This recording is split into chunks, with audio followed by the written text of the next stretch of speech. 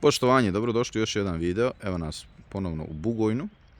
Lijepo vrijeme, nove nekretnine. Kuća na prodaju. Kuća sa pomoćnim objektima i 5 dunuma zemlje.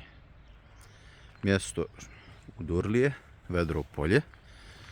Ovo je prilaz asfaltom.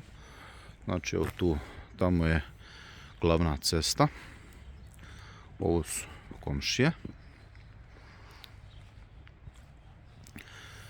Kuća je u nekom poludobrom stanju, recimo, da tako kažemo, iz razloga što prvi sprat, stvar prizemlje useljivo, drugi sprat ništa nije rađeno. Znači ovo je drugi komšija. Ovo su komšije sa strane. Veoma lijepo mjesto.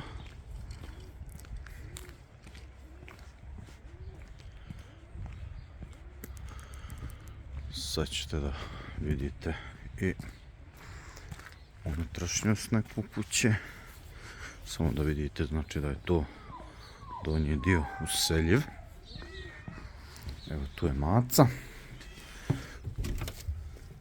Ovdje, znači tu je kupatilo. I ovdje, znači jedna soba. Prava je dnevni boravak sa kuhinjom. Ostava, podrum i gornji sprat.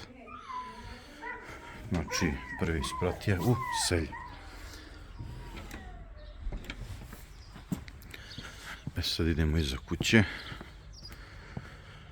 Znači, ovo je štala koja je u odličnom stanju. Ovo su neki manji objektići. Štala u odličnom stanju, znači. Ovo je kuća sa zadnje strane. Kao što vidite, znači, ovaj donji dio je useljiv. Gore treba se raditi, znači.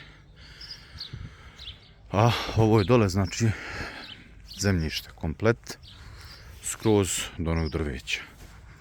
5 dunuma zemlje. Ovo, kao što vidite, evo, ograda jednog komšije, ograda drugog komšije. Veoma lijepa lokacija. Bukvalno 5 minuta od centra grada. Evo vam je komšiluk. Za više informacija, pitanja, broj je ispod videa. Možete pitati i informisati se.